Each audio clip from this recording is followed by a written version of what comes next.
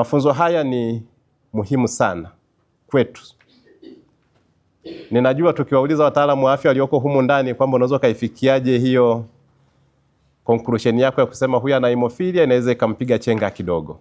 Lakini kwa hiki ambacho mmewajengea ndani ya hizi siku mbili, ninajua watakapoenda kuongezea katika hicho, watakuwa ni wataalamu zaidi katika kulifikia lengo ambalo tunataka tulifikie. Lakini tumeenda mbali zaidi kwa kuhusisha halmashauri zilizoko ndani ya mkoa wetu wa Ruvuma. Kwa nanyi wataalamu mliotoka katika halmashauri, chukueni hii kwamba mnaenda kuifanyia kazi. Tuwaibue. Hawa tunaenda kuwaibua, hawa wataalamu wametoka Dar es Salaam wamesema. Wengine wametoka Mbeya. Sisi tunaishi na ndugu zetu ndani ya mkoa huu na ndani ya halmashauri hizi. Twendeni tukawasaidie kuwaibua ili waweze kupata hizi huduma zilizostahiki. Mtakumbuka nilikuwa najaribu kupitia kwenye zile gharama ni ya gari matibabu ya mgonjwa mmoja milioni 247 kwa mwaka mmoja. Na niseme tu kwa kuungana na timu yetu ya usimamizi wa afya mkoa, sisi kama hospitali ya rufaa ya mkoa tukiwa chini ya mkuu wetu wa mkoa wa Ruvuma Brigedia Jenerali Ahmed Abbas Ahmad, tuko tayari. Tumeipokea kliniki hii katika uzinduzi huu wa leo na tuko tayari kutoa huduma kwa wale wote watakaofika kwetu, lakini niahidi pia tutatumia nafasi ya ziada ili kuona tutazitembeleaje taasisi nyingine hasa mashuleni kwa ajili ya kufanya screening ili tuone kama watakuwepo wenye viashiria hivyo, then tuweze kuwaibua mapema. Kwa hili tumelipokea na kuna ile changamoto moja ambayo umeisema kama itajitokeza ya hawa wagonjwa, na leo katika mkoa wetu wa Ruvuma tunao 4 ambao wameshagundulika. Nafikiri lile la kusema anakuja kwa ajili ya kuchukua dawa.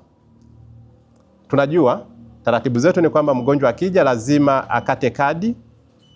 Sasa katika kukata kadi yapo mawili, aidha anakata kwa fedha au anapewa msamaha, inategemea na kundi alilomo. Kwa mimi nafikiri niseme tu hawa 4 ambao tumeanza nao na wengine watakapokuwa nakuja kwa ajili ya kupokea dawa zao, hilo usiwe nalo shaka. Takwimu zinaonyesha kwamba duniani kati ya watu 10,000 mtu mmoja anapatikana na ugonjwa wa hemophilia, na kwa Tanzania kulingana na population inakadiriwa kuwa na wagonjwa 6,700, lakini kati ya hao ni wagonjwa 677 tu ambao wameweza kugundulika, ambao wako kwenye database yetu, na hii inatuambia kwamba 90%, zaidi ya 90% hawajagundulika.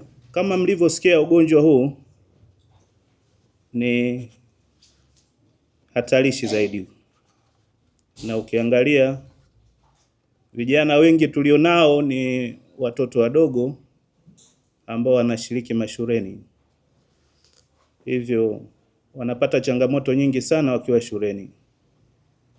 Hivyo basi tunaomba serikali kama serikali iangalie kwa namna ya pekee kuweza kuwasaidia waweze kupata msaada wa kuwezeshwa kuwa na care wanapokuwa hospitalini, mashuleni.